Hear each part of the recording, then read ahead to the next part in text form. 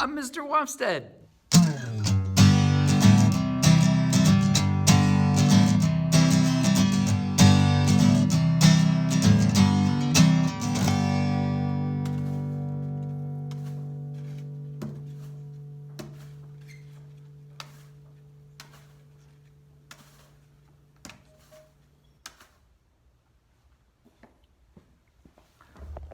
Oh, hey y'all. I was just working on my shot. I didn't realize it was time for our math video yet. My hair's a little crazy. Listen, the other day we learned about the Pythagorean theorem, all right? Where is it? It's not on the board right now. We have to keep working with the Pythagorean theorem, okay? The good news is if you felt good about the other day, today is just a little different, all right? And we're gonna just add to our knowledge from the other day and make it a little more, all right?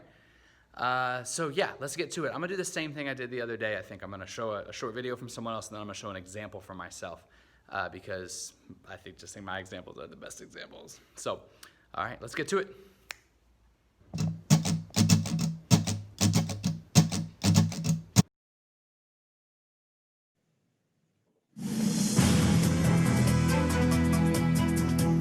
It's one of the most exciting chases in the NFL. A receiver or running back making a beeline for the end zone with a defender in hot pursuit.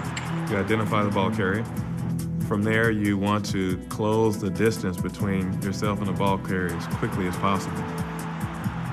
They have to choose what direction and speed to run so that they get to the same place at the same time as the runner and can make the tackle. In football, the path the defender must take to intercept the ball carrier is called the angle of pursuit. According to John Zeigert, an automotive engineer at Clemson University, this path is also a perfect illustration of a fundamental equation in geometry called the Pythagorean Theorem, discovered by the Greek mathematician Pythagoras more than 1,700 years ago. Pythagorean theorem is a basic theorem in plane geometry or Euclidean geometry that relates the lengths of the sides of any triangle where one of the angles is 90 degrees, called a right triangle. On a right triangle, the two adjacent sides, A and B, are called the legs. The longer side, opposite the right angle, C, is called the hypotenuse. The Pythagorean theorem simply states A squared plus B squared equals C squared. The square of the hypotenuse, the length of the hypotenuse, is equal to the sum of the squares of the lengths of the other two sides. Relating this to football, let's say the ball carrier is heading for the end zone 40 yards away. The defender stands 30 yards away and needs to intercept him. If these two distances are the legs of a right triangle, then the distance the defender needs to run is the hypotenuse. Using the Pythagorean theorem, 30 yards times 30 yards added to 40 yards times 40 yards will give the length of a hypotenuse squared. To get the actual length, take the square root. 40 squared plus 30 squared is equal to 2,500, which is 50 squared. So the distance of the hypotenuse is 50 yards. You got to be precise in what you're doing, and you have to take the right angle, especially in coverage. NFL players must react instinctively to cover this distance and also gauge how fast they need to run to match their opponent's speed. The defender, now, if he chooses that angle of pursuit, he says, okay, I've got to cover this distance in the same amount of time it takes the runner to cover this distance. If you're chasing a fast guy, like a Marshall Falk or, some of those guys that can really burn, if you take the wrong angle, you're done. The defender's angle of pursuit can be the difference between a touchdown and a game-saving tackle. It's also a perfect illustration of the properties of a right triangle and the ABCs of the Pythagorean theorem.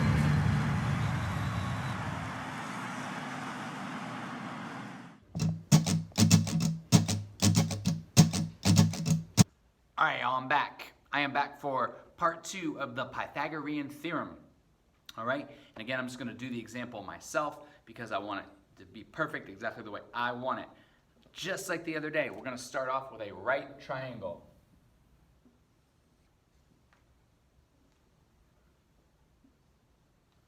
all right? Not the best right triangle. You can see it's a little wobbly, but we'll call it. Remember, we have a leg, and a hypotenuse, all right? Those legs can be called A and B, or A and B. It doesn't matter. I'm gonna put the A here, and put the B here. Our hypotenuse, the slants, is always called C. A and B can switch back and forth. The slant has to be C, all right? Now, the other day I gave you A and B, and you found C using the Pythagorean theorem, all right? Remember the Pythagorean theorem is, let me switch colors here. A squared plus B squared equals C squared, the most famous theorem in all of math, all right? Most famous math of all time. The other day I gave you A and B, you found C. Today I'm gonna give you C and one of the legs, and you're gonna find the other leg.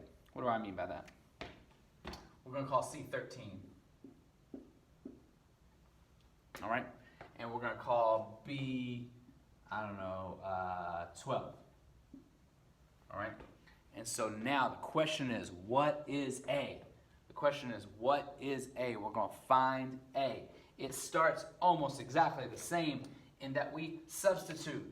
We don't know A. Let's just get the right color. Hold on. But we do know B. B is 12.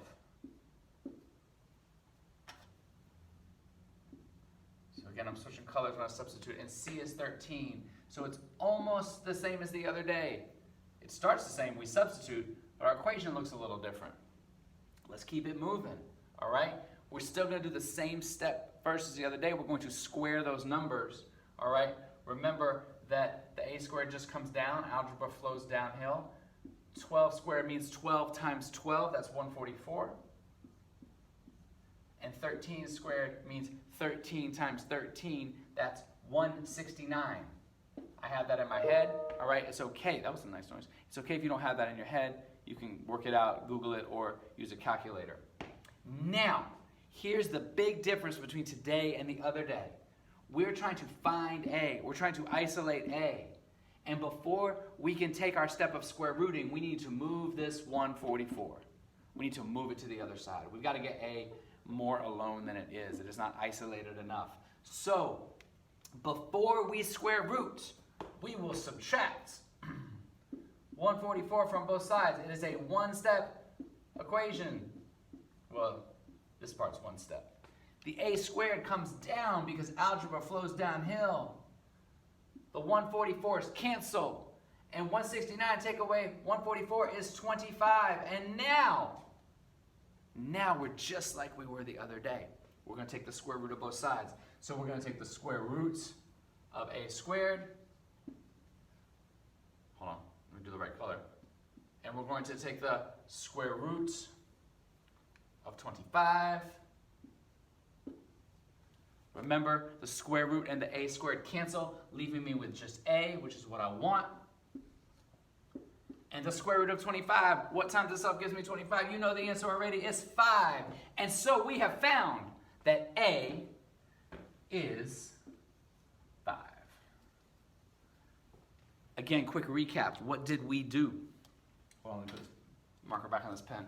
What did we do? We had a right triangle. We were given the hypotenuse and one of the legs, and we used the Pythagorean theorem to find the other leg. All right? It's more work than the other day. Just one extra step, all right? Hair's wonky back there. It's just one extra step, all right? But you can do it. So we were given the hypotenuse and the leg, one of the legs, and we found the other leg using the what? The Pythagorean theorem.